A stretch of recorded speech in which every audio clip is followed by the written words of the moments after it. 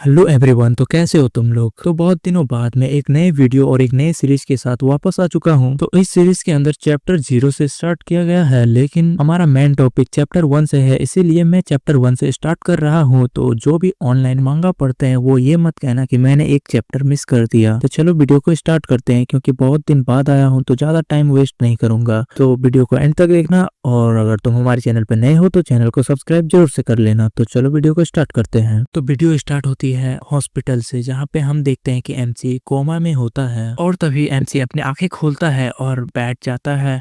तो अपने आसपास देखने के बाद एमसी कहता है कि ये कौन सा प्लेस है, मैं कहाँ हूँ। तभी एमसी को हॉस्पिटल के नर्स देख लेते हैं, तो वो लोग कह रहे होते हैं बिल्कुल नहीं, इस रूम का पेशेंट जाग गया है। और यहाँ पे हमें एक नेम टेग दिखाया जाता है जिसमें सियोवाना आसुमा लिखा हुआ होता है, जो कि शायद से हमारा एमसी का नाम है। तो एमसी उस नाम को देखते हुए कह रहा होता है ये तो मेरा नाम है। तो हम देखते हैं कि एमसी के पीछे डॉक्टर्स भागते हुए एमसी की तरफ आ रहे होते हैं, और वो लोग कह रहे होते हैं कि एमसी सीरियस स्टेट में था, और एमसी जिस स्टेट के अंदर था उसमें मरीज का बच पाना बहुत मुश्किल होता है। तो क्या ये किसी टाइप का मिरेकल है। तो हम एमसी को देखते हैं, एमसी सोच रहा होता है कि ऐसा लगता है कि रेनकार्नेशन स्पेल काम कर गया, और मैं उनकी भाषा भी समझ सकता हूँ। तो सबसे पहले मुझे इस वर्ल्ड के अंदर सिविलाइजेशन के लेवल को पता लगाना होगा। तो एमसी डॉक्टर से पूछता है कि प्लीज मुझे बताओ कि यहाँ का सबसे बड़ा लाइब्रेरी कहाँ पे है। तो वो डॉक्टर और नर्स दोनों ही शॉक हो जाते हैं, और वो लोग डर की वजह से एमसी को कोई भी जवाब नहीं देते। तभी एमसी एक नर्स को हिप्नोटाइज कर लेता है। और गाइस सच बताऊं तो हिप्नोटाइज करने वाला पावर बहुत बेस्ट पावर होता है, क्योंकि कोई भी काम हो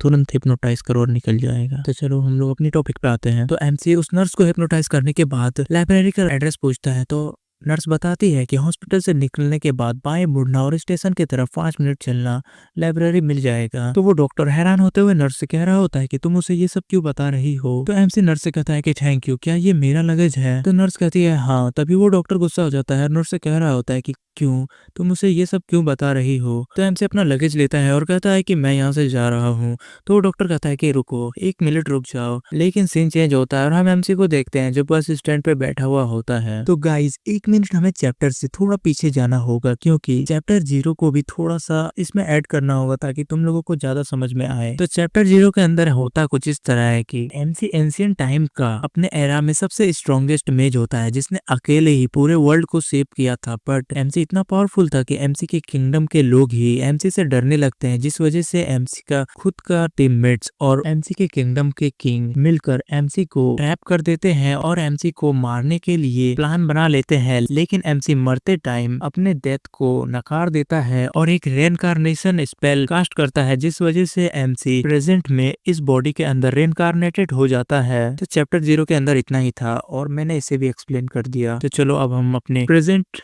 टाइम में आ जाते हैं। तो हम एमसी को देखते हैं, एमसी बस स्टैंड में बैठे हुए अपने बैग को चेक कर रहा होता है। तभी एमसी के बैग से उसका फोन निकलता है। तो एमसी कहता है कि ये मेटल प्लेट क्या है। तो एमसी अपने पास में से गुजर रही एक लड़की से पूछता है कि ये क्या है। तो वो लड़की कहती है कि ये एक स्मार्टफोन है। तो एमसी अपने स्मार्टफोन को देखते हुए कह रहा होता है एक स्मार्टफोन, और उसे अभी भी समझ में नहीं आया होता है। तो हमें इससे ये पता चलता है कि एमसी को अपनी करंट बॉडी का मेमोरी नहीं मिला है, वो अपने एंशिएंट मेमोरी के साथ ही है। मतलब तुम लोग समझ रहे हो ना, एंशिएंट टाइम का सबसे स्ट्रॉन्गेस्ट मेज अपने पूरे मेमोरी के साथ प्रेजेंट लाइफ में आ चुका है। तो समझ ही लो इस चैप्टर के अंदर कितना ज्यादा मैजिक भरा हुआ है। तो खैर नेक्स्ट सीन में हम देखते हैं कि एमसी अपने फोन को अप्रेजल स्किल से अप्रेज कर लेता है। तो फिर एमसी कहता है कि हाँ मैं देख पा रहा हूँ कि ये एक मैजिकल डिवाइस है जो कि सारे लाइब्रेरीज और उनके वीडियोस तक पहुंच सकता है। मुझे लगता है कि मुझे इसे और ज्यादा चेक करना होगा। वैसे गाइस इस सीन में फोन का कैमरा दिख रहा है, तो क्या कोई कैमरा देख के इस फोन का नाम गेस कर सकता है? तो जो भी गेस कर सकता है कमेंट बॉक्स में कमेंट कर देना। जिसका भी गेस मेरे गेस से सिमिलर होगा मैं उसके कमेंट को पिन करूंगा। तो सीन चेंज होता है और हम मेट्रो को देखते हैं जिसमें एमसी होता है। तो एमसी सोच रहा होता है कि सीधे मुद्दे पर आते हैं। तो मुझे लाइब्रेरी जाने की जरूरत नहीं पड़ी, मैंने इस फोन को एनालाइज किया। तो मैं इस फोन की मदद से इस वर्ल्ड के बारे में बहुत सारी जानकारी इकट्ठा कर पाया, और इस मैजिकल डिवाइस की मदद से ऐसा लगता है कि इस दुनिया में दूर बैठे लोगों से भी कम्युनिकेट किया जा सकता है और किसी भी प्रकार की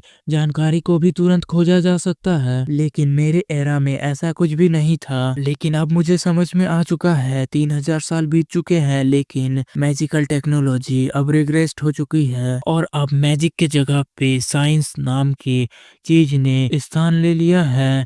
जो काफी सुविधाजनक लगता है। ये कुछ खास नहीं है, बस सस्ती तरकीबें हैं। सच में ये ह्यूमन वर्ल्ड है जिसने ओमेगा को डिफीट किया था। ये वो ह्यूमन सिविलाइजेशन है जिसकी प्रोटेक्शन के लिए मैंने अपने लाइफ को डेंजर में डाला था। फिर सीन चेंज होता है और हमें एमसी के घर को दिखाया जाता है। तो एमसी कहता है कि तो ये वो जगह है जहाँ पे मैं रहा करता हूँ।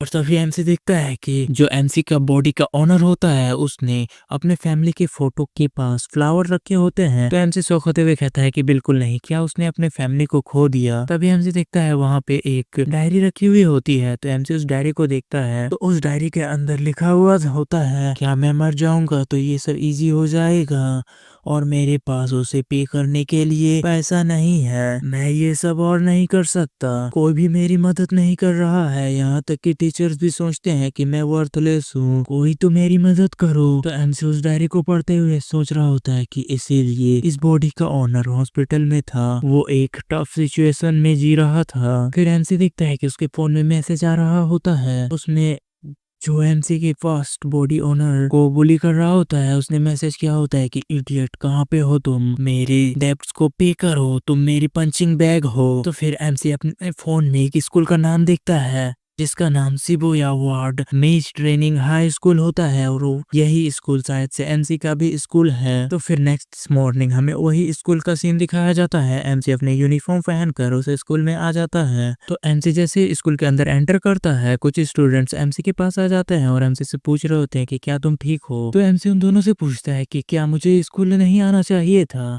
तो वो दोनों लड़के बताते हैं कि इस टाउन में हर कोई तुम्हारे बारे में ही बात कर रहा है और सभी लोग कह रहे हैं कि तुम उन लोगों के बुली को बर्दाश्त नहीं कर सकते और तुमने खुद को मारने की भी कोशिश की है ना, और अभी तुम स्कूल आए हो। तभी एमसी के पास एक लड़का आ जाता है और वो चिल्लाते हुए एमसी से कहता है कि तुम अभी भी जिंदा हो, ये तो बहुत अच्छी बात है। और उस लड़के का नाम टेनोजी किरियो होता है। तो एमसी उस लड़के को देख के कहता है तुम तो फ्लेम किरियो हो, है ना। और हम देखते हैं कि एमसी के पीछे जो लड़के खड़े होते हैं वो लोग किरियो को देखकर डर रहे होते हैं। तो हम देखते हैं किरियो को, वो कहता है कि फ्लेम किरियो, हाँ तुम्हारा टोन का मतलब क्या है, और क्या मैंने तुमसे ये नहीं कहा था कि एकेडमी में वापस कभी मत आना, क्या चल रहा है, क्या मेरी मैजिक ने तुम्हें लगभग मार नहीं डाला था। और किरियो अपने फ्लेम को एक्टिवेट करते हुए हंसने लगता है और कहता है कि क्या मेरी मैजिक ने तुम्हारे मेमोरी के साथ छेड़छाड़ कर दिया है, और क्या तुम और थोड़ा सफर करना चाहते हो मिस्टर लूजर। जो किरियो के साथी होते हैं वो लोग कह रहे होते हैं कि चिंता मत करो, वो फिर से ठीक हो जाएगा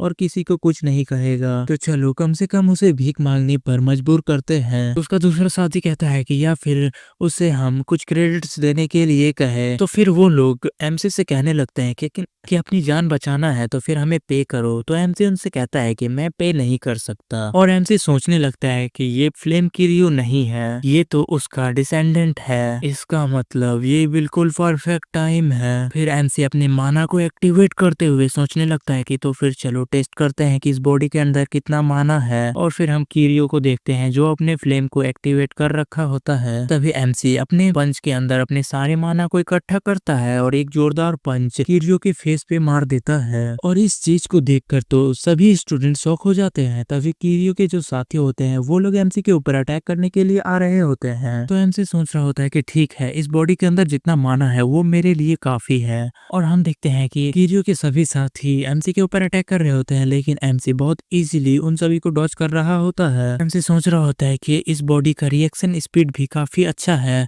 लेकिन इस बॉडी के माना आउटपुट के बारे में क्या। और तभी एमसी अपने हाथ से अपनी बॉडी के माना को शूट करता है, जिस वजह से किरियो के जो साथी होते हैं वो सभी हवा में उड़ जाते हैं। और ये सब देखकर वो स्टूडेंट्स जो किरियो को सपोर्ट कर रहे थे वो काफी ज्यादा शॉक हो जाते हैं। तभी वो लोग देखते हैं कि जो किरियो के साथी हवा में उड़ रहे होते हैं वो सभी उनके ऊपर ही गिर जाते हैं। तभी हम किरियो को देखते हैं जो कि अपने मॉडर्न मैजिक का इस्तेमाल कर रहा होता है और एमसी के ऊपर हेल फायर कैनन का अटैक कर देता है। तो हम स्टूडेंट्स को देखते हैं वो सभी डर जाते हैं और कह रहे होते हैं कि ये स्पेल तो यहाँ पर बैन है, फिर ये स्पेल का इस्तेमाल क्यों कर रहा है। और फिर वो लोग एमसी से कह रहे होते हैं कि भाग जाओ अगर तुम मरना नहीं चाहते हो तो। तभी किरियो चिल्लाते हुए एमसी से कहता है कि तुम मर जाओ। और तभी हम एमसी को देखते हैं एमसी एक ही जगह पे खड़ा होता है और किरियो का अटैक एमसी को लगने ही वाला होता है कि एमसी अपने इनहेलेशन मैजिक का इस्तेमाल करता है। और एमसी के मैजिक को देखकर पूरा स्कूल शॉक हो जाता जाता है और तभी हमें दिखाया जाता है कि किरियो का जो फ्लेम होता है वो सभी राख में बदल जाता है। तो सभी स्टूडेंट्स कह रहे होते हैं कि आखिर यहाँ चल क्या रहा है, उसकी फ्लेम्स राख में बदल गई। तो फिर हम एमसी को देखते हैं, एमसी रनिंग करने के लिए रेडी हो जाता है और कहता है कि मैं इसे खत्म कर दूंगा। और एमसी मन ही मन सोच रहा होता है कि वक्त है अब फिटनेस टेस्ट का। और तभी हम देखते हैं कि एमसी वहां से भागने लगता है और एमसी बहुत तेजी से किरियो की तरफ जाने लगता है और एमसी के बॉडी से माना भी रिलीज हो रहा होता है, जिस वजह से एमसी के रास्ते में जो भी आ रहा होता है वो सभी हवा में उड़ जा रहे होते हैं। और किरियो भी एमसी को आते हुए देख कर डर रहा होता है और किरियो हैरान होते हुए कह रहा होता है कि एमसी जैसे लूजर ने ऐसा किया, उसने हमारे जैसे इलाइट स्टूडेंट को हरा दिया। तभी किरियो फिर से गुस्सा आ जाता है और कहता है कि ये तो इम्पॉसिबल है, हमारे जैसे इलाइट स्टूडेंट उस कचड़े से बहुत अच्छे हैं। और किरियो फिर से मॉडर्न मैजिक का इस्तेमाल करने लगता है, जिस वजह से किरियो के पूरे बॉडी में फ्लेम्स आ जाती है। तो एमसी किरियो के मैजिक को देखकर थोड़ा शौक होता है और कहता है कि मैं इस मैजिक को मेरे एरा से ही जानता हूँ। भले ही किरियो के डिसेंडेंट्स बेकार हो, लेकिन उनकी पोटेंशियल मेरे लिए थोड़ी प्रॉब्लम हो सकती है। और तभी हम देखते हैं कि किरियो बहुत ज्यादा गुस्से में एमसी की तरफ आ रहा होता है और किरियो एमसी से कहता है कि मैं तुम्हें कभी माफ नहीं करूंगा। और तभी हम देखते हैं कि किरियो एमसी को पंच करने वाला होता है, लेकिन तभी हमें दिखाया जाता है कि एमसी किरियो को पंच कर देता है और एमसी के एक ही पंच से किरियो का पूरा मैजिक डिसअपियर हो जाता है, जिस वजह से किरियो भी बहुत ज्यादा शॉक हो जाता है। और तभी हमें दिखाया जाता है कि एमसी किरियो के फोरहेड पे एक छोटा सा स्नैप करता है, जिस वजह से किरियो गिर जाता है। और फिर हमें दिखाया जाता है कि एमसी ने अपने सारे बुलीज से अपना बदला ले लिया है और ये सब देखकर बाकी स्टूडेंट्स बहुत ज्यादा शौक हो रहे होते हैं। तभी एमसी सोच रहा होता है कि तो ऐसा ही है, इस बॉडी का माना बहुत अमेजिंग है, लेकिन इस बॉडी में स्टेमिना बहुत कम है। और फिर सीन चेंज होता है और हमें क्लासरूम का सीन दिखाया जाता है। एमसी क्लास के अंदर बैठा हुआ होता है और सोच रहा होता है कि तो अब मैं उसकी जगह पे रह रहा हूँ। सोच रहा होता है कि चाहे मैं जिस भी जगह पे रहूँ, मैं फिर से अपने आप को अपमान करने के लिए एक्सपोज नहीं करूंगा। और उन लोगों के डिसेंडेंट्स जिन्होंने मेरे पास्ट लाइफ में मुझे मारा था, मैं उन्हें कभी माफ नहीं करूंगा। तभी एमसी एक गैजेट को देखता है और थोड़ा शौक होते हुए कहता है कि वो क्या है। तो फिर एमसी की एक क्लासमेट जिसका नाम लिली होता है वो एमसी से बताती है कि ये एक स्मार्ट रॉड है, ये एक ऐसा मैजिकल डिवाइस है जो तुम्हारे मॉडर्न मैजिक को जल्दी से एक्टिवेट करने में मदद करता है। तो एमसी कहता है कि अच्छा ऐसा है, मतलब कि मॉडर्न मैजिक साइंस और मैजिक का एक मिक्सचर है। फिर टीचर सबसे कहता है कि तो फिर चलो आज का क्लास स्टार्ट करते हैं, आज हम मॉडर्न मैजिक के थ्योरी से स्टार्ट करेंगे। अब एमसी को देखते हैं, एमसी सोच रहा होता है और कहता है कि तो इसका मतलब ये है कि मेरे एरा के मैजिक स्पेल्स को एंशिएंट मैजिक कहा जाता है और जो लोग एंशिएंट मैजिक की प्रैक्टिस करते थे वो लोग अब इंस्टेंट हो चुके हैं। अब साइंस में एडवांसमेंट के कारण मॉडर्न मैजिक ही सबका स्टैंडर्ड बन चुका है। लेकिन मॉडर्न मैजिक काफी दिलचस्प है। मॉडर्न मैजिक उन थ्योरी और सिस्टम से बनाया गया है जिसे मैंने कभी नहीं देखा था। लेकिन रुको, क्या होगा अगर मैं मॉडर्न मैजिक की थ्योरी को एंशिएंट टाइम के मेरे मैजिक स्पेल्स के साथ कंबाइन कर दूं? शायद ये पूरी तरह से एक नया स्पेल बन जाएगा। मैं एंशिएंट टाइम के सबसे अच्छे मैजिक्स को लूंगा जिसमें मैंने मास्टर्स की है और जिस मॉडर्न मैजिक का मैंने अच्छे से एनालाइज नहीं किया है। अगर मैं ऐसा करता हूँ तो मैं अपना एक हाइब्रिड मैजिक बना सकता हूँ। तो फिर एमसी देखता है कि उसके क्लासरूम से टीचर चले गए होते हैं। तो फिर एमसी लिली से पूछता है कि क्या आज का क्लास खत्म हो गया? तो लिली कहती है कि नहीं, अभी नहीं। और फिर लिली एमसी को बताती है कि आज मंथली एप्टीट्यूड टेस्ट होने वाला है, तो सभी लोग स्कूल के प्लेग्राउंड में जा रहे हैं, तो क्या तुम मुझसे कुछ पूछना चाहते थे? तो एमसी कहता है कि अच्छा ऐसा है। तभी लिली एमसी से उसका नाम पूछती है, तो फिर एमसी उसको अपना नाम बताता है और फिर सीन चेंज होता है। हम प्लेग्राउंड में देखते हैं टीचर सभी स्टूडेंट से कह रहे होते हैं चलो हम मंथली एप्टीट्यूड टेस्ट स्टार्ट करते हैं। तो फिर टीचर सभी स्टूडेंट से कहते हैं कि आज का टेस्ट बहुत इंपॉर्टेंट होने वाला है, क्योंकि आज के रिजल्ट तुम सभी के एट्रीब्यूट को मैच के तौर पर डिसाइड करेगा। तो सभी लोग आज के टेस्ट को सीरियसली दो। तो फिर हम एमसी को देखते हैं, एमसी लिली से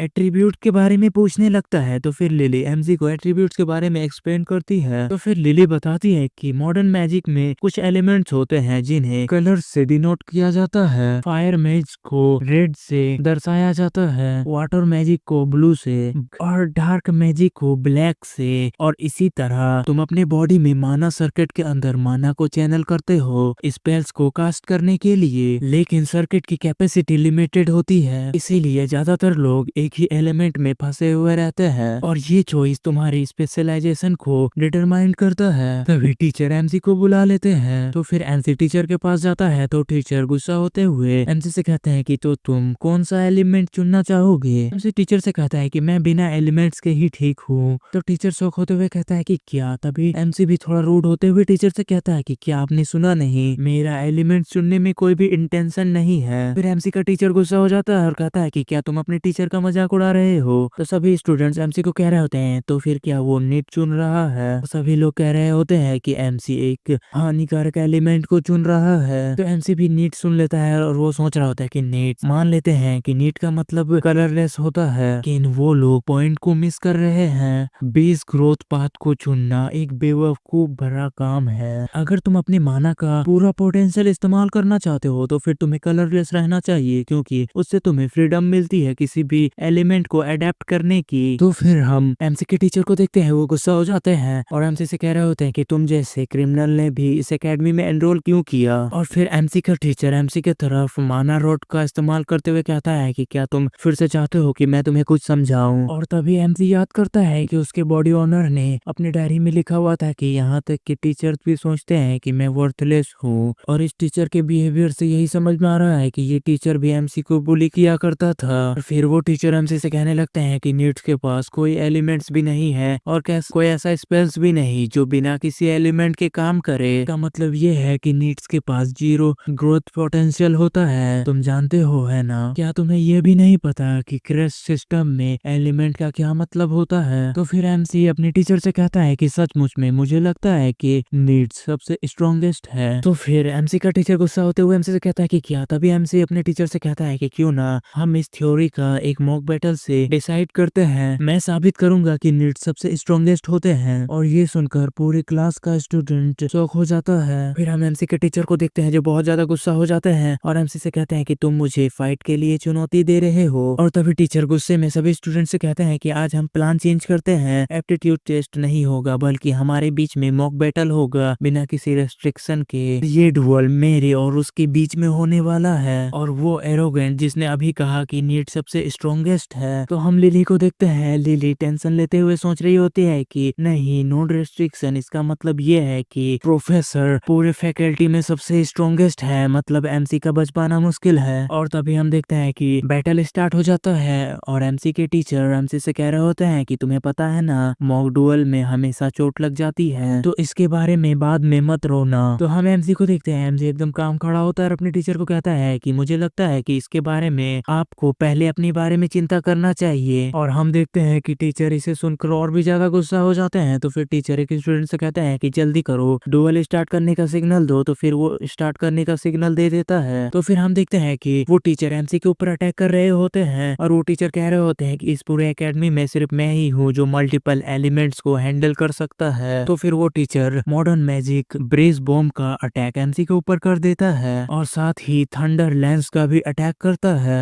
और हम देखते हैं कि एमसी के तरफ वो दोनों एलिमेंट्स के अटैक जाने लगते हैं, लेकिन एमसी अभी भी अपनी जगह पे काम खड़ा होता है। और तभी हमें दिखाया जाता है कि एमसी अपने चारों तरफ माना शील्ड बना लेता है, जिस वजह से वो टीचर का अटैक एमसी को नहीं लगता है। और ये देखकर वो टीचर भी बहुत ज्यादा शॉक हो जाता है। तो हम एमसी को देखते हैं। एमसी कहता है मल्टीपल एलिमेंट्स। हाँ, तभी वो टीचर सोच रहा होता है कि नहीं, ये कैसे हो सकता है, ये तो इम्पॉसिबल है। और तभी वो टीचर एमसी के ऊपर और भी अटैक कर देता है और कहता है कि इसे संभालो। तो एमसी इस अटैक को भी एक ही हाथ से रोक देता है। तो हम देखते हैं कि वो टीचर बहुत ज्यादा शॉक हो जाता है और कहता है कि नहीं, ऐसा क्यों हो रहा है। और साथ ही साथ वहाँ पे खड़े सारे स्टूडेंट भी शॉक हो रहे होते हैं। तभी हम देखते हैं कि वो टीचर फिर से फायर एलिमेंट के साथ एमसी के ऊपर अटैक कर रहे होते हैं। लेकिन तभी हम एमसी को देखते हैं। एमसी अपने हाथ में अपने माना को चार्ज करते हुए अपने टीचर की तरफ आगे बढ़ रहा होता है, जिस वजह से एमसी का टीचर डर जाता है और एमसी को कहता है कि नहीं, मेरे और करीब मत आना। और वो टीचर एमसी की तरफ माना रोड को आगे कर देता है। लेकिन तभी हम देखते हैं कि एमसी अपने हाथ से माना रोड को पकड़ लेता है और फिर एमसी अपने हाथ में अपने माना को चार्ज करते हुए अपने टीचर के शोल्डर पे रख लेता है। और फिर एमसी डराते हुए अपने टीचर को कहता है कि सबको बताओ कि तुमने अभी तक मेरे साथ क्या क्या किया है। तो वो टीचर भी थोड़ा शॉक हो जाता है। तभी एमसी अपने टीचर से कहता है कि तुमने अभी तक बहुत भयानक काम किए हैं, अगर तुम सबके सामने कन्फेस नहीं करोगे तो फिर मैं तुम्हें धूल में बदल बदल दूंगा। और ये सुनकर तो एमसी का टीचर पूरी तरह से डर जाता है। तो फिर वो टीचर भी कहता है कि ठीक है मैं सबसे कह दूंगा। तो फिर वो टीचर सबसे कह रहे होते हैं कि जब भी एमसी को पहले बुली किया जाता था मैं दूसरे रास्ते पे चला जाता था और वो लोग एमसी को खुद ही मारना बंद कर देते थे। इसी तरह उस टीचर ने अब तक जो भी किया था वो सभी सारे स्टूडेंट के सामने कन्फेस कर लेता है, जिस वजह से सभी स्टूडेंट्स बहुत ज्यादा शौक हो जाते हैं। और कुछ स्टूडेंट्स तो वहाँ से जाने लगते हैं और कहते हैं कि चलो हम इस बारे में हेडमास्टर को रिपोर्ट करते हैं। अभी हम देखते हैं कि वो टीचर एमसी के सामने अपने घुटनों पे बैठ जाता है। तो फिर एमसी उस टीचर से कहता है कि तो तुम्हें कैसा फील हो रहा है, एक नीड से हारने का फीलिंग कैसा होता है। फिर सीन चेंज होता है तो हम देखते हैं कि सारे स्टूडेंट्स एमसी से बात करने के लिए हिचकिचा रहे होते हैं और कुछ स्टूडेंट्स कह रहे होते हैं कि आखिर उसके साथ हुआ क्या है, आज वो बिल्कुल ही डिफरेंट पर्सन की तरह बिहेव कर रहा है। तो हम एमसी को देखते हैं, एमसी सोच रहा होता है कि इसी के साथ आज का क्लास खत्म हुआ। तो इस मामले में और तभी एमसी लिली से बात करने लगता है। तो लिली भी शॉक हो जाती है और ब्लश करते हुए सोच रही होती है क्या वो मुझसे बात कर रहा है। तो फिर एमसी लिली से अपनी मदद के लिए थैंक यू कहता है। तो हम लिली को देखते हैं, लिली बहुत ज्यादा ब्लश करने लगती है और कहती है कि नहीं कोई बात नहीं। और फिर एमसी लिली के करीब चला जाता है और कहता है कि इसीलिए अगर तुम्हें कोई प्रॉब्लम ना हो तो फिर तुम आज मेरे साथ बाहर चलोगी। तो हम देखते हैं कि लिली बहुत ज्यादा शौक हो जाती है और तभी क्लास की बाकी लड़कियां भी खुश हो रही होती है। तभी लिली एमसी को यस कह देती है और फिर सीन चेंज होता है और हम देखते हैं कि लिली एमसी को पूरे स्कूल में टूर करवा रही होती है, जैसे कि फैकल्टी बिल्डिंग और एक्टिविटी क्लब का बिल्डिंग दिखा रही होती है। तो फिर हम देखते हैं कि एमसी और लिली इसी तरह घूमते हुए स्कूल के बाहर आ जाते हैं। तो फिर एमसी लिली से कहता है कि तो इस तरह से सब चल रहा है तो मुझे माफ कर देना कि मैंने तुमसे बाहर जाने के लिए कहा था और तुम्हें थैंक यू, तुम्हारे वजह से मुझे एकेडमी में बहुत अच्छे से घूमने को मिला। तो लिली कहती है कि नहीं चिंता मत करो, मुझे कोई भी प्रॉब्लम नहीं है। और मन ही मन सोच रही होती है कि बाहर जाने का मतलब ये था क्या, मैं अपनी उम्मीद बढ़ाकर खुद को बेवकूफ जैसा महसूस करवा रही हूँ। और तभी लिली अचानक से चिल्लाते हुए कहने लगती है कि उम्मीदें जागने लगी है, इसका मतलब वो नहीं था। और वो अजीब सी हरकतें करने लगती है। तो फिर एमसी भी शौक हो जाता है और कहता है कि कुछ गड़बड़ है क्या। तो लिली शर्माते हुए कहती है नहीं बिल्कुल नहीं। और फिर आखिर में लिली एमसी को मैजिक एनालाइज रूम के पास ले आती है और बताती है कि इस एकेडमी ने सबसे ज्यादा एफर्ट इस बिल्डिंग को बनाने में दिया है। और फिर लिली बताती है कि स्टूडेंट भी इसका यूज कर सकते हैं लेकिन उन्हें पहले अप्लाई करना होगा। तो एमसी उस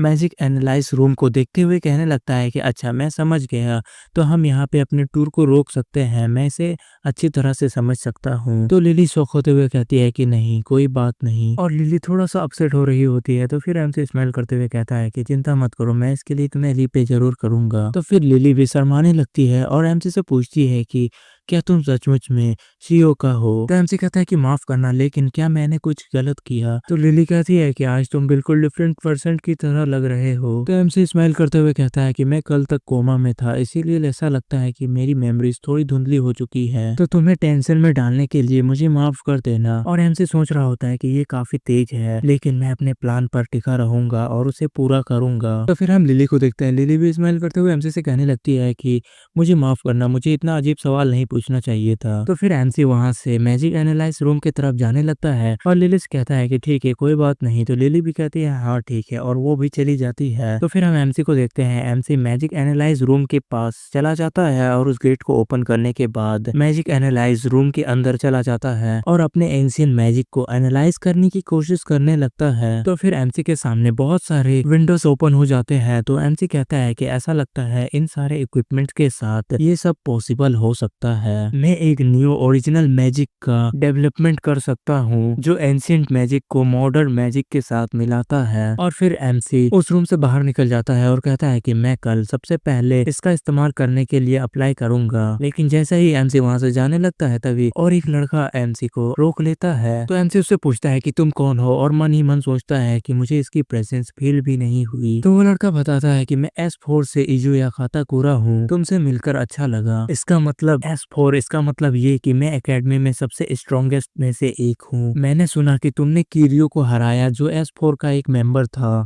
और इतना ही नहीं मैंने सुना कि तुम इलाइट स्टूडेंट भी नहीं हो और साथ ही साथ तुम्हारे पास कोई एट्रीब्यूट भी नहीं है। तो मैं बस बहुत ज्यादा क्यूरियस हो गया था कि इसका मतलब क्या है। लेकिन सच कहूँ तो फिर मैं किरियो के कामों से बहुत ज्यादा परेशान हो गया था, तो फिर मैं तुम्हारा थैंकफुल हूँ, इसीलिए मैं चाहता हूँ कि आपसे हम दोस्त बन जाए। और फिर काताकुरा कहता है कि इसीलिए मैं चाहता हूँ कि आज से हम दोस्त बन जाएं, और अपना हाथ आगे कर देता है। तो हम देखते हैं कि एमसी उसका कोई भी जवाब नहीं देता है, लेकिन काताकुरा फिर से कहता है कि मुझे बहुत खुशी होगी। तो एमसी भी कहता है कि हाँ ठीक है, और उसके साथ हाथ मिला लेता है। तो काताकुरा कहता है कि नहीं, सारी खुशी मेरी है। और तभी एमसी को फील होता है कि काताकुरा ने एमसी के ऊपर एक स्पेल कास्ट कर दिया है। एमसी सोचने लगता है कि क्या उसने मुझ पर कोई वीक मैजिक कर दिया है। नहीं, ये तो एक ट्रैकिंग स्पेल है। फिर एमसी काताकुरा को देखते हुए सोच रहा होता है कि मॉडर्न मैजिक का इतना नेचुरली बिना किसी स्मार्ट रॉड का इस्तेमाल करना, काताकुरा उसने कहा था, इसमें कोई भी डाउट नहीं है, वो विंड मैजिक का इस्तेमाल करता है। फिर काताकुरा वहां से जाने लगता है और कहता है कि ठीक है, तो फिर कल मिलते हैं। तो फिर हम एमसी को देखते हैं। एमसी अपने हाथ को देखने लगता है और कहता है कि इंटरेस्टिंग, तो फिर ठीक है, और स्माइल करते हुए कहता है मैं तुम्हारे चैलेंज को एक्सेप्ट करता हूँ। फिर सीन चेंज होता है और हमें नेक्स्ट मॉर्निंग का सीन दिखाया जाता है। एमसी फैकल्टी रूम के अंदर होता है, जो कि शायद सेम मैजिक एनालाइज रूम के लिए अप्लाई कर रहा होता है। तो टीचर एमसी से कहती है कि ठीक है, तुम्हारा रिजर्वेशन एक्सेप्ट कर लिया गया है, तुम आज 1 घंटे यानी कि 3 बजे से 4 बजे तक सही रहेगा। तो फिर हम देखते हैं कि एमसी क्लास के अंदर बैठा हुआ होता है, लेकिन एमसी कुछ सोच रहा होता है, और एमसी सोच रहा होता है कि स्कूल के बाद मुझे मैजिक एनालाइज रूम में जाना है, लेकिन वहाँ के इक्विपमेंट्स काफी ज्यादा हाईटेक दिखते हैं, लेकिन अभी मुझे इसकी जरूरत नहीं है। मुझे अभी एक एनवायरनमेंट चाहिए जहाँ पर मैं कंसंट्रेट कर सकूं, और मुझे कुछ टाइम भी चाहिए। और फिर हम एमसी को देखते हैं। एमसी एंशिएंट मैजिक के ग्रैंड पैनल का यूज कर रहा होता है। तो फिर एमसी बताता है ये एंशिएंट मैजिक का एक फॉर्म है जो मैं अपने एरा में जीने के वक्त इस्तेमाल किया करता था। तो मैजिक एनालाइज रूम के अंदर भी सारे इक्विपमेंट्स इसी तरह के हैं, और तुम एटमॉस्फेयर से माना लेते हो, और इससे तुम्हारे बॉडी के अंदर माना फार्म होता है। और एक बार जब तुम ये डिटरमाइन कर लो कि तुम कौन सा मैजिक एक्टिवेट करना चाहते हो, तो फिर तुम अपने रिफाइंड माना को फार्म माना के अंदर ट्रांसफर करने लगते हो। और मैजिकल सर्कल ही वो फॉर्मेट है जो फिक्स्ड पैटर्न में इसे प्रोसेस करता है। और एक मैजिकल सर्कल की प्रिसेप्शन और ब्यूटी वो प्रोपोर्शनल होती है मैच के स्किल के हिसाब से। माना फ्लो मैजिकल सर्कल से होते हुए गुजरता है, जो डिजाइन कास्टर ने डिजाइन की है, और जब वो वहां से रिलीज किया जाता है तो फिर मैजिक एक्टिवेट हो जाता है। हालांकि एंशिएंट मैजिक का इस्तेमाल चुने हुए लोगों द्वारा ही किया जा सकता है। ऐसा है क्योंकि जिनके पास मैजिकल टैलेंट नहीं है वो अपने बॉडी के अंदर माना को रिफाइन नहीं कर पाते हैं। लेकिन ऐसा लगता है कि मॉडर्न एरा में चीजें अलग है। इंटरनल माना फ्रेम और एक्सक्यूशन माना फ्रेम, इन्हें ऑर्गन के साथ रिप्लेस कर दिया जाता है, जिन्हें माना सर्किट कहते हैं। और ये सब स्मार्ट रॉड नाम के डिवाइस की मदद से किया जाता है। और ऐसा लगता है कि वो लोग ऑटोमेटिकली माना सर्किट के अंदर माना को इंजेक्ट करते हैं, और इससे आर्टिफिशियली मैजिकल सर्कल कास्ट हो जाते हैं, जिससे कि मैजिक को एक्टिवेट किया जा सकता है। दूसरे शब्दों में कहा जाए तो फिर वो लोग और भी ज्यादा जनरलाइज्ड प्रोसेस बनाए हैं, इससे बिना किसी भेदभाव के हर पर्सन मैजिक को एक्टिवेट कर सकता है। वहीं दूसरी तरफ मैजिक के प्रोसेस में मैनिपुलेशन की वजह से एंशिएंट मैजिक के मुकाबले मॉडर्न मैजिक कमजोर हो गई है। और हाँ, ये भी होता है कि अगर तुम्हारा स्मार्ट रॉड ले लिया जाए तो फिर तुम मैजिक का इस्तेमाल नहीं कर पाओगे। तो फिर हम एमसी को देखते हैं। एमसी स्माइल करने लगता है और कहता है कि अच्छा ऐसा है, अब मैं समझता हूँ। तो इसी बात को ध्यान में रखते हुए मेरा टारगेट है एक हाइब्रिड मैजिक को डेवलप करना, जो एंशिएंट मैजिक और मॉडर्न मैजिक का मिक्स्ड वर्जन हो। और ऐसा करने के लिए मुझे लगता है कि मुझे सबसे पहले मॉडर्न मैजिक में हाईएस्ट लेवल तक मास्टर्स करना होगा। मैं सभी एट्रीब्यूट्स पर मास्टर हासिल करूंगा। तो फिर सीन चेंज होता है और हम देखते हैं कि एमसी एक क्वांटम कंप्यूटर का इस्तेमाल कर रहा होता है। तो एमसी कहता है कि मुझे ये क्वांटम कंप्यूटर चाहिए, और फिर एमसी उस कंप्यूटर से कहता है कि मेरी थ्योरी हाइब्रिड मैजिक के कैलकुलेशन को कीजिए। फिर एमसी सारे सेटिंग्स करने के बाद कहता है कि ठीक है, तो मुझे लगता है कि इससे काम चल जाएगा। और फिर हमें सिस्टम विंडो को दिखाया जाता है, उसमें प्रोसेस होने लगता है। तो एमसी कहता है कि ठीक है, जब तक रिजल्ट नहीं आ जाता है तब तक मैं कुछ पीने के लिए खरीदने जा रहा हूँ। तभी एमसी रूम की गेट की तरफ देखने लगता है, और वो गेट थोड़ा थोड़ा ग्लो करने लगता है, और हमें दिखाया जाता है कि वो गेट अपने आप ही खुलने लगता है, और उसकी दूसरी तरफ से बहुत ज्यादा लाइट आने लगती है। तो फिर नेक्स्ट सीन में हमें दिखाया जाता है कि एमसी कहीं से गिरने लगता है, और शायद से उस गेट के अंदर एक टेलीपोर्टेशन मैजिक लगा हुआ था। एमसी सोच रहा होता है कि ये तो इनक्रेडिबल है, मॉडर्न मैजिक का इस्तेमाल करते हुए एक अटैक जो कि एरिया ऑफ इफेक्ट टाइप का है, लेकिन कहां से? मेरी पकड़ से बच निकलने के लिए। और तभी एमसी याद करता है कि कल एमसी ने काताकुरा से हाथ मिलाया था और उसने एमसी के ऊपर एक स्पेल कास्ट कर दिया था। तो फिर एमसी भी कहता है कि हाँ ये कल वाला ही है। वो तुरंत ही अपना फर्स्ट स्टेप आगे बढ़ाने जा रहा है। तो फिर एमसी सोचने लगता है कि क्या यही उसका मतलब था मिलजुल के रहने से। तो एमसी भी कहता है कि बहुत अच्छा, मैं तुम्हें हमारे पास्ट लाइफ से हर चीज सिखाऊंगा था। वो सचमुच में मुझे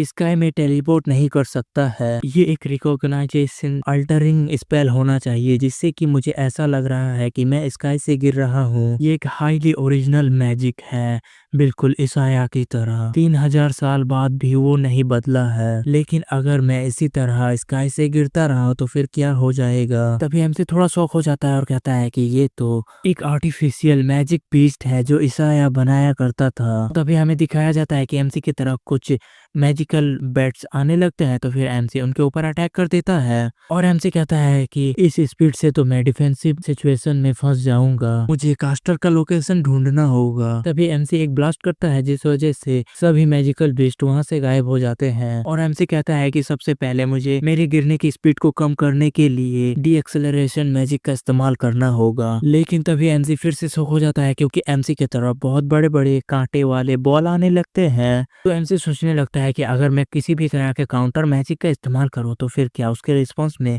कोई और मैजिक एक्टिवेट हो जाएगा। तभी एमसी एक मैजिक स्पेल कास्ट करता है और उन सभी बॉल को ब्लास्ट कर देता है। और एमसी कहता है कि मुझे सबसे पहले इन सभी बॉलों को डिस्ट्रॉय करना होगा इससे पहले कि वो सब मेरी चेन एक्सप्लोजन का कारण बने। लेकिन इस डी एक्सेलरेशन की स्पीड की वजह से मेरे पास उतना अटैक करने का टाइम नहीं है। लेकिन तभी एमसी फिर से शॉक हो जाता है और दिखाया जाता है कि वेदर चेंज हो गया है और अब एमसी स्पेस की तरफ गिरने लगता है। तो एमसी कहता है कि ये तो मैं सांस नहीं ले पा रहा हूँ, एक ऐसा जगह जहाँ पे कोई भी वातावरण ना हो। तभी हम काताकुरा को देखते हैं जो स्माइल करता है और नेक्स्ट सीन में हमें दिखाया जाता है कि एमसी सन के पास पहुंच जाता है। तो फिर एमसी भी थोड़ा गुस्सा होने लगता है और कहता है कि एक के बाद एक चीज आ रहे हैं, क्या इसका कोई अंत नहीं है। तो फिर एमसी शांत होता है और एक मैजिक स्पेल कास्ट करने लगता है और हम देखते हैं कि एमसी की तरफ जितने भी ऑब्स्टेकल आ रहे होते हैं एमसी उन सभी को एक ही बार में ब्लास्ट कर देता है। और एमसी कहता है कि मुझे तुम्हारा मैसेज मिल। और तभी एमसी स्माइल करने लगता है और कहता है कि अब मेरी बारी है। तो फिर एमसी कहता है कि इस लेवल पर बड़े अटैक करने पर इंटरसेप्ट करना इजी हो जाता है। हालांकि ऐसा लगता है कि ये जगह पूरी तरह से शून्य है, यहाँ पे हवा एक जरा सा भी नहीं है। तो इस तरह से अंत में मेरा दम घुटकर मेरी मौत हो जाएगी। ये मैजिकल प्लेस,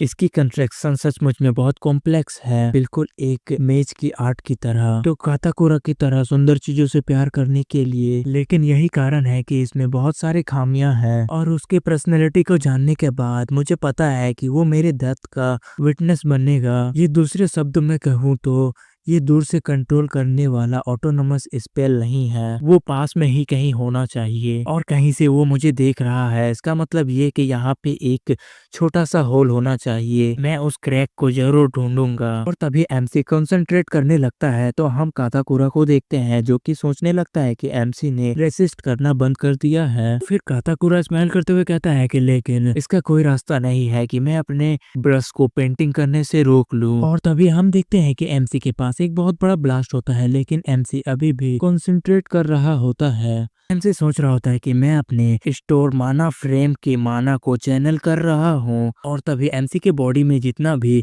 माना स्टोर होता है एमसी एक साथ सबको रिलीज कर देता है। इससे एमसी के आसपास बहुत सारे मैजिकल स्पेल कास्ट हो जाते हैं जिसे देखकर काताकुरा भी बहुत ज्यादा शौक हो जाता है। तभी एमसी डिटेक्ट करता है कि एमसी के आसपास बहुत सारे सन टाइप के फायरबॉल होते हैं और एमसी बताता है कि मैं लगातार अपने मैजिकल सर्कल को एक्सपेंड कर रहा हूँ जिससे कि मुझे वो क्रैक जल्दी मिल जाए। और तभी हम देखते हैं कि एमसी के तरफ बहुत सारे फायरबॉल आने लगते हैं और तभी हम देखते हैं कि एमसी फिर से कंसंट्रेट करने लगता है। तभी हम काताकुरा को देखते हैं जो बहुत ज्यादा शौक हो जाता है। तभी वापस से हम एमसी को देखते हैं और एमसी एक मैजिकल सर्कल कास्ट करता है जिससे कि वो स्पेस टूट जाता है और शायद से यही था वो क्रैक जिसे एमसी ने ढूंढ लिया था। तभी नेक्स्ट सीन में हम देखते हैं कि एमसी वापस से अपनी मैजिक एनालाइज रूम में आ जाता है। फिर एमसी सोच रहा होता है कि जैसा कि मैंने सोचा था वो सचमुच में एक रिकॉग्नाइजेशन अल्टरिंग मैजिक था। तभी एमसी अपने रूम का विंडो ओपन करता है और विंडो से बाहर फ्लाई करते हुए टेरिस पे चला जाता है। तो एमसी देखता है कि काताकुरा भी टेरिस पे बैठकर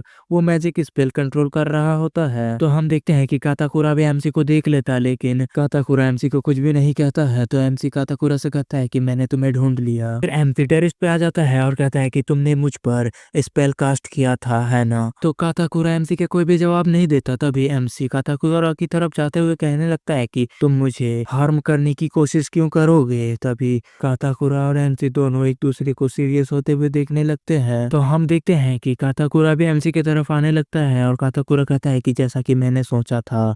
तभी हम देखते हैं कि काताकुरा अचानक से स्माइल करने लगता है और कहता है कि तुमने सब कुछ पहले से ही इमेजिन कर लिया था, है ना? तुमने ब्रेक थ्रू इल्यूजन मैजिक का इस्तेमाल किया और बिना चांट किए लेविटेशन मैजिक का भी इस्तेमाल किया। सचमुच में ये बहुत अच्छा था। तुम बहुत इनक्रेडिबल हो। क्या तुम ये जानते हो तुम जिस तरह से मैजिकल सर्कल का इस्तेमाल करते हो ये सचमुच में अनबिलीवेबल है। वो बहुत सुंदर होता है सचमुच में, लेकिन ये सब नहीं है। तुम्हारा इनहेलेशन मैजिक वो तो सचमुच में बहुत ज्यादा अट्रैक्ट करने वाला मैजिक है। मुझे तुम्हारे मैजिक सर्किट को समझना अच्छा लगेगा। तो हम एमसी को देखते हैं, एमसी उसके कोई भी जवाब नहीं दे रहा होता है। तो काताकुरा कहता है कि लेकिन मैं जो सबसे ज्यादा देखना चाहता हूँ वो पॉइंट है जब वास्तव में कुछ सुंदर नष्ट हो जाएगा। और तभी काताकुरा अपने मैजिक को एक्टिवेट कर लेता है। तो हम एमसी को देखते हैं जो थोड़ा शौक होता है और कहता है कि देखकर मैं फिर से मैजिक साइंस को समझने में फेल हो गया। सचमुच में ये तो बहुत अच्छा है काताकुरा। और तभी हम देखते हैं कि काताकुरा अपना अटैक रेडी कर रहा होता है और काताकुरा एमसी के ऊपर एक अटैक कर देता है जिसका नाम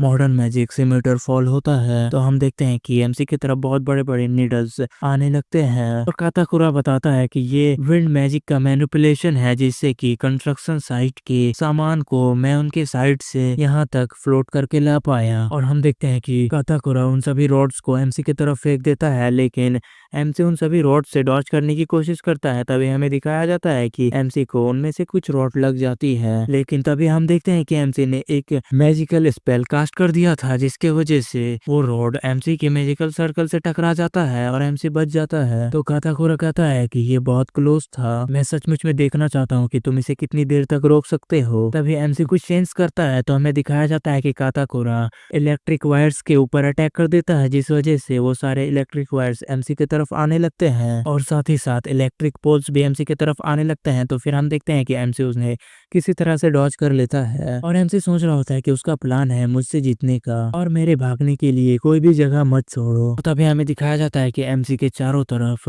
बहुत सारे रॉड और इलेक्ट्रिक वायर्स होते हैं जिस वजह से एमसी का हिलना भी मुश्किल हो रहा होता है। तभी हम देखते हैं कि एमसी एक अटैक करता है जिस वजह से एमसी के आसपास जितने भी सामान थे वो सभी उड़कर दूसरी तरफ चले जाते हैं। लेकिन तभी काताकुरा अपने विंड मैजिक की वजह से उन सभी सामान को फिर से एमसी की तरफ फेंक देता है तो एमसी उन सभी से किसी तरह बच जाता है। तो काताकुरा एमसी को देखते हुए कह रहा होता है कि ऐसा लगता है कि तुम बहुत आसानी से अपने लिमिट्स तक पहुंच गए हो। तभी काताकुरा हंसने लगता है और ऊपर देखने लगता है। तो एमसी जैसे ही ऊपर देखता है तो हमें दिखाया जाता है कि एमसी की तरफ एक पूरा एरोप्लेन आ रहा होता है। एमसी भी उस एरोप्लेन को देखकर थोड़ा शौक हो जाता है। तभी काताकुरा हंसते हुए एमसी से कहता है कि ये मेरी वर्ल्ड है और एक मीटियोर शावर हेवन से गिर रहा है और ये बहुत ज्यादा ब्यूटीफुल है किसी भी आर्ट के फॉर्म से। तो चलो देखते हैं कि तुम इसे किस तरह से ब्लॉक करने का प्लान बना रहे हो। हम देखते हैं कि एमसी अपना मैजिकल सर्कल कास्ट करने लगता है। तभी काताकुरा कहता है कि अपने आंखों को खोल कर देखो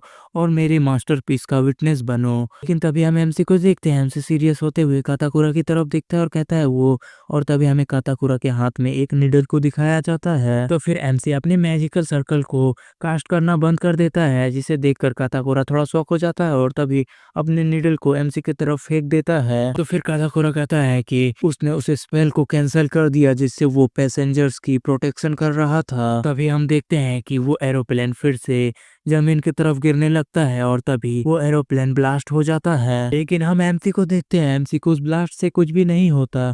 तो एमसी स्माइल करते हुए कहता है कि अच्छा ये बात है, मतलब कि जो मलबा मेरी तरफ गिर रहा है वो बस एक इल्यूजन है। फिर एमसी नोटिस कर लेता है कि काताकुरा ने एमसी की तरफ एक निडल फेंका है। तो अभी हम देखते हैं कि एमसी बहुत तेजी से उस निडल को भी पकड़ लेता है। तो हम काताकुरा को देखते हैं, वो बहुत ज्यादा शॉक हो जाता है, सोचता है कि क्या उसने मेरे स्टील निडल को भी पकड़ लिया। तो एमसी कहता है कि काताकुरा, मैंने तुम्हारे सारे स्कीम को देख रखे हैं। वो स्पेल जिसे तुमने विंड को मैनिपुलेट किया और मलबा को मेरे ऊपर गिरने के लिए छोड़ दिया था, वो सब सिर्फ मुझे डिस्ट्रैक्ट करने के लिए था। तुमने मेरे ऊपर रियल ऑब्जेक्ट जैसे कि पोल और मेटल प्लेट्स को भी फेंका, यहाँ तक कि तुमने मेरे ऊपर इल्यूजनरी एरोप्लेन को भी फेंका ताकि मेरा अटेंशन उस तरफ चला जाए, ताकि तुम मुझ पर ये निडल फेंक पाओ जिसमें कि तुम्हारा कॉन्शियसनेस डिस्प्रोटिंग स्पेल मिला हुआ है और यही तुम्हारा रियल मूव था। यहाँ तक कि तुमने कहा कि तुम्हारा मीटियोर फॉल भी होने वाला है, लेकिन वो भी बस एक झूठ था। तो हम काताकुरा को देखते हैं जो ये सब सुनकर बहुत ज्यादा शौक हो जाता है। तभी एमसी काताकुरा से कहता है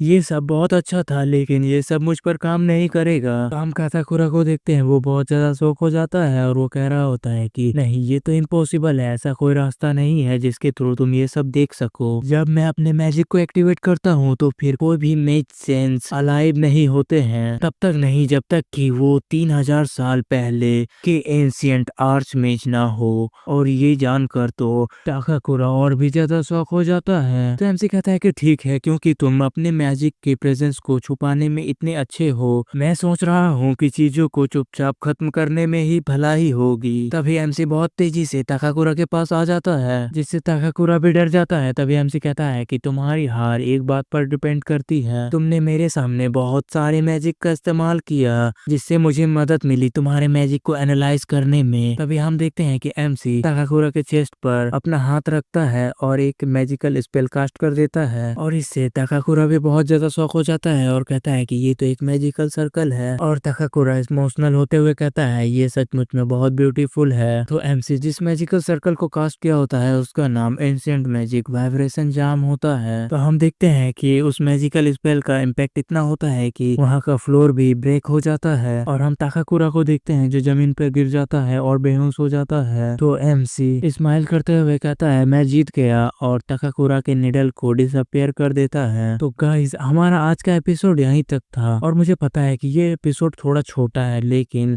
मैंने बहुत दिन से लॉन्ग वीडियो नहीं अपलोड किया है, जिस वजह से मुझे जल्दी से जल्दी एक वीडियो अपलोड करना है। लेकिन इसके बाद वाले वीडियो में मैं इसके बाकी के पार्ट्स को जल्द से जल्द एक्सप्लेन कर डालने की कोशिश करूंगा। तो अगर वीडियो अच्छा लगा है तो लाइक, शेयर और कमेंट कर देना, और अगर तुम लोग चैनल पे नए हो तो फिर चैनल को सब्सक्राइब भी कर देना, क्योंकि अब से इसी तरह के वीडियोस आते रहेंगे। तो मिलते हैं नेक्स्ट वीडियो में, तब तक के लिए बाय।